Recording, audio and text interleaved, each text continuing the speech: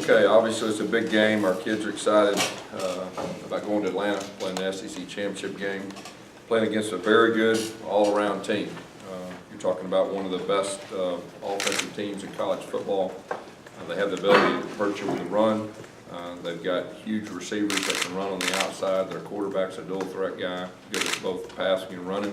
So they present a lot of challenges in that area. You're also talking about one of the top 20 rush defenses in the country. They also have the ability with their front four to put pressure on a quarterback without blitzing, which is a sign of a very good defensive team. They're extremely well coached and they're well disciplined. They make you earn it. So it'll be a big challenge for our team. Questions? Gus, is there any secret to helping your players move on quickly from last Saturday? Well, you just got to be as honest with them as you can, and that's our big challenge as a team. You know, it was a very emotional win. It was a very physical game, but we got to put it behind us, and we got to put it behind us, and we got to put all of our attention on Missouri. You're talking about a top 5 team and a chance to win the SEC championship. So our team is really, every time we challenge them this year, they've risen to the occasion, and they were pretty locked in last night at practice. On the same wavelength, you can tell a lot by a team how they respond to adversity. It seems like this team has responded well, but you can also tell a lot about how a team responds to success. How do you think they've responded so far?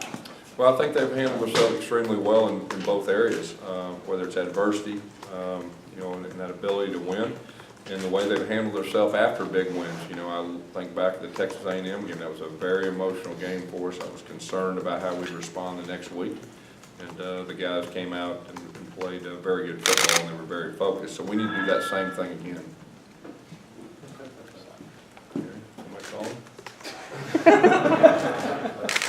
Gus, you had a bye week between Georgia and Alabama. You had campus closed, so you could really keep the guys pretty insulated. Do you think that was easier or harder than this, where you're coming off where Chris is getting a standing ovation in class and more distractions this week? Yeah, I think anytime you have a week to kind of get over the emotion of a game, it definitely helps. But this is a challenge a little bit different. We only have 1 week.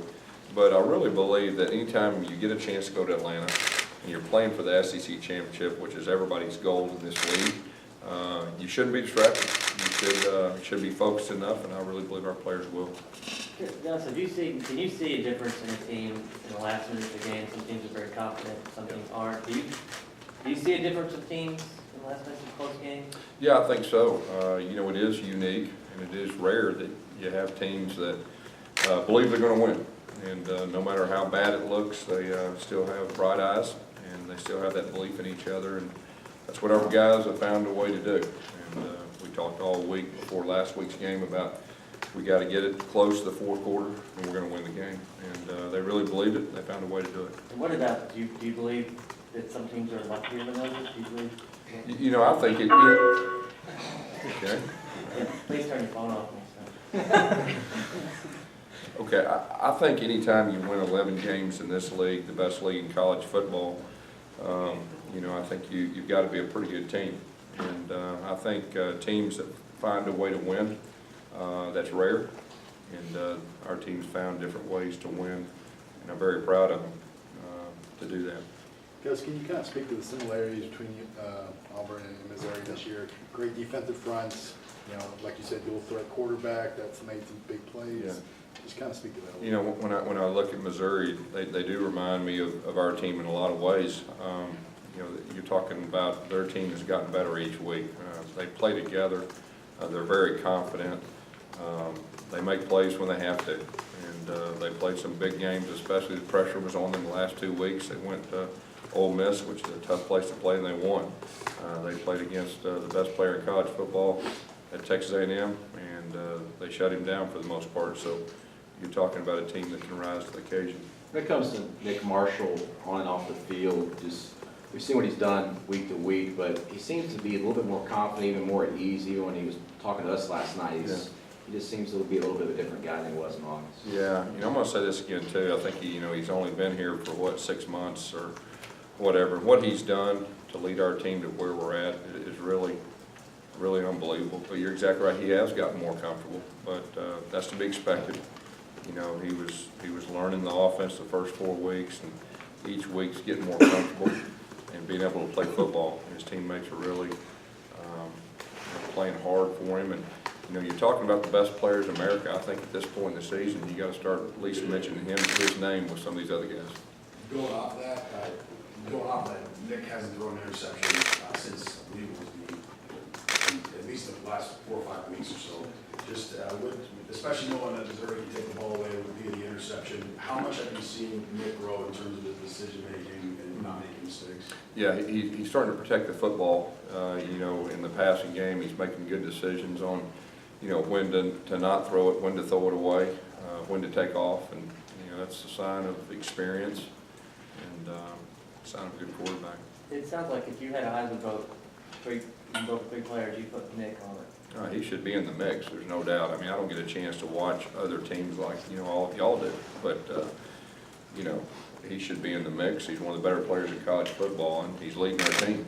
And, I want to move on, but where's Trey Mason's stack up with running backs? well, I mean, you know, I think he's leading the SEC in rushing, which is extremely tough to do. He is a hard-nosed runner, very physical runner. You know, to get the rushing yards he did against the team last week, you know, that's rare, and he deserves a lot of credit. How much, I know, looking ahead here, how much are you looking forward to finally having a quarterback for a second year with Nick? It's going to be a lot of fun. That'll be our first time to ever do that, but like I said, we'll talk about that after the season. Because when you got here, you had a lot of players that you knew, that you recruited. And a lot of players from last year's team, I think there was only one, you know, player that's different, and that's the quarterback in terms of starters. Did you know coming in that, hey, we needed a quarterback and then we'd be able to roll, or was it? You know, we had our 2 quarterbacks in the spring, and we evaluated them. Nobody really separated themselves. And Jeremy Johnson, we felt like was going to be an excellent quarterback, and then we brought Nick in, and you know, we opened it up. It was all 4 guys, and I think 3 weeks before the season, we actually went live with all 4 guys, which is pretty rare. Nick won the job, and you know, he's got better each week. Specifically with the offense, though, since you knew what the offense was going to be like, you knew the players, was it just the quarterback that was the missing link? You know, I would say this, our offensive line has really done a great job. They've gotten better each week. Our receivers, I feel like, have improved each week. Trey Mason's running harder and better than he's ever run. Jay Prosh is, in my opinion, the best fullback in college football. So I think there's a lot of factors that go into that, but Nick is a huge part of our success offensively. Coming from that first live practice to now, his informational, improvisational ability to make plays with the ball in his hands, has he gotten more comfortable in doing that and going kind of off script a little bit? I think so. You know, when things break down, you know, that's when sign of a really good quarterback, whether they make plays with their feet, whether they make plays with their arm, or whether they throw the ball away. You know, I think that's a big key in being a successful quarterback, specifically in our league. His last touchdown pass against Alabama, it seemed like a lot went into it, even from changing the ball, changing hands, having to hop, and line of scrimmage. What do you think about that play, and putting the right touch in the ball? Yeah, I mean, it's an outstanding play. I know we run it, you know, every week in practice, and Coach Lashley had him prepared, but it was a great play, especially in the moment. Can you talk about the progress the defensive line's made since spring training through now? Yeah, I mean, our defensive line has gotten better. You know, each practice, each game, Coach Garner has a lot of guys rotating in. He keeps them fresh, and that's been a big key to our success also, our front 4, you know, on defense. Gus, Trey Mason had 164 rushing yards last against Bama. Before that game, only one team that had 165. What does that say about him individually? Well, I mean, of course, that's tough to get yards against those guys. That says a lot about him. I mean, I think he's one of the better running backs in the country too, and you know, the hard yards. I think it says a lot about our offensive line. You know, because offensive line, they won the battle up front and allowed Trey to have a lot of yards, but he earned some real hard ones, you know, after contact. Chris Davis just said he got a standing ovation in class today. What's it like to see him get that kind of recognition, and has it been a long time coming for him? Yeah, we're very proud of him, but you know, I think a key to this week will be how we handle success, and you know, that's great and all that, but you know, we gotta move on, and we gotta put all of our energy in the Missouri Tigers, top 5 team, and we'll pat ourselves on the back, after that game. What impresses you about the Missouri defense? Very aggressive. I mean, they can run, they play together, they play extremely hard. That's the thing that stands out to me, and they make you earn it. I mean, you watch them on film, there's very few cheap plays. I mean, they make you earn it, they make you have drives put together. They're very impressive. Gus, you had said that Jeremy Johnson had a bigger plan heading into the Iron Bowl than any other game. I don't think he even took the field. Just kind of went into Yeah, kind of like I said last week. I mean, we have a plan for him every week, but as the game unfolds, determines a lot of things. And so that's kind of what happened. Gus, when you think about that series of events in that fourth quarter, the fourth down stops on back-to-back drives for both teams, and then the blocked field goal, and just the series, have you ever been a part of something like that sequence? I don't think I've probably ever been a part of a sequence like that with that much on the line in that big of a game.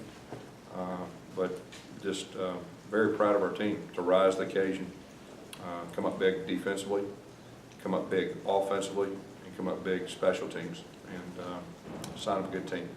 Gus, how What much led time do you put you to into? JB Grimes initially, just kind of to hire him and what you liked about his? Yeah, I've known JB for a long time. He's an old Arkansas guy, just like me.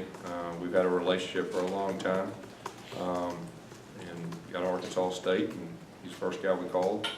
Did a great job last year. I think we led our league in rushing, brought him here. He's done a great job. He's one of the better teachers I've ever seen up front, but his biggest strength is he has a great relationship with his players, and they play extremely hard for him.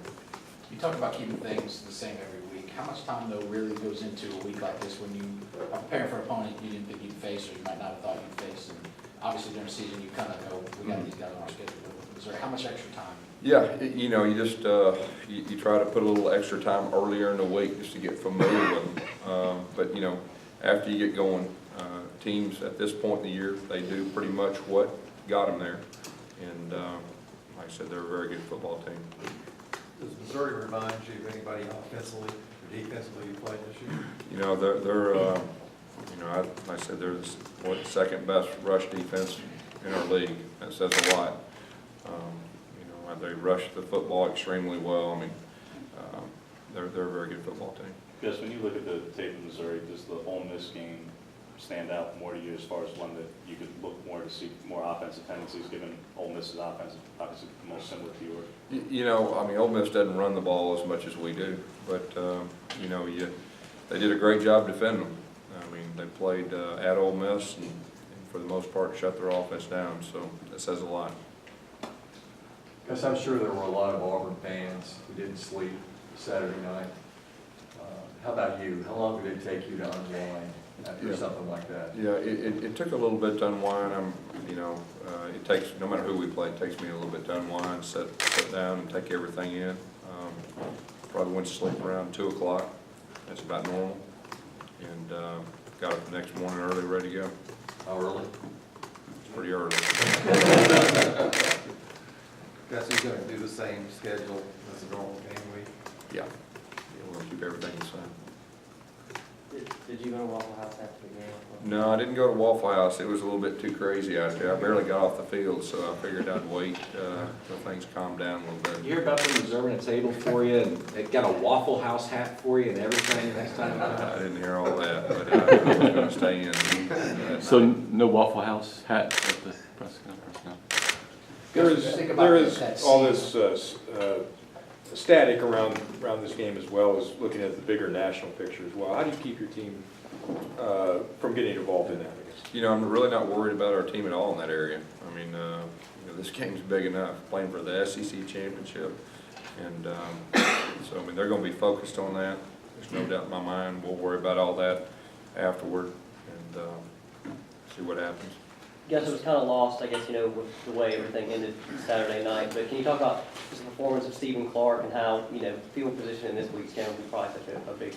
Yeah, there was 2 big punts down there. I think we got them on the 1 and the 2. That was huge plays of the game. Now, give them credit. They came out and they had good offensive plays to get off the goal line. But our special teams has been a strength of ours all year. They've got a very good special teams too. So that'll be a big key to the game. We're going to need to play extremely well on special teams. Gus, how much does it help that you got a lot of guys that are familiar with the Georgia Dome, familiar with the surroundings there heading into this one? Yeah, I mean, I think it would probably help, you know. I think we played the Chick-fil-A Bowl in 2011.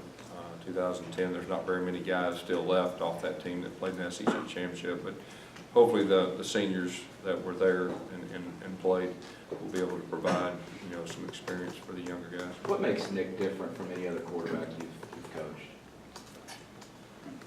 The fact that he didn't go through spring probably is the biggest factor. Gus, you've mentioned that all season, going back Yeah. to the summer. Yeah. You clearly place an enormous value on spring. Yeah. What is it in that spring preparation that makes that so important, where you reiterated it for 6 months here at the SEC Championship, we're still talking about spring? Well, you know, I always say we're a quarterback-oriented offense. If our quarterback plays well, we play well. If he doesn't, we don't. And we put a lot of pressure on the guy as far as not just when the ball snapped, but before the ball snapped, after the ball snapped. And we rely on him a lot. And but I think it's a tribute to Nick. I think it's a tribute to Rhett Lashley for getting him prepared. It's really something. When you really think about a big picture, it's really something what he's done.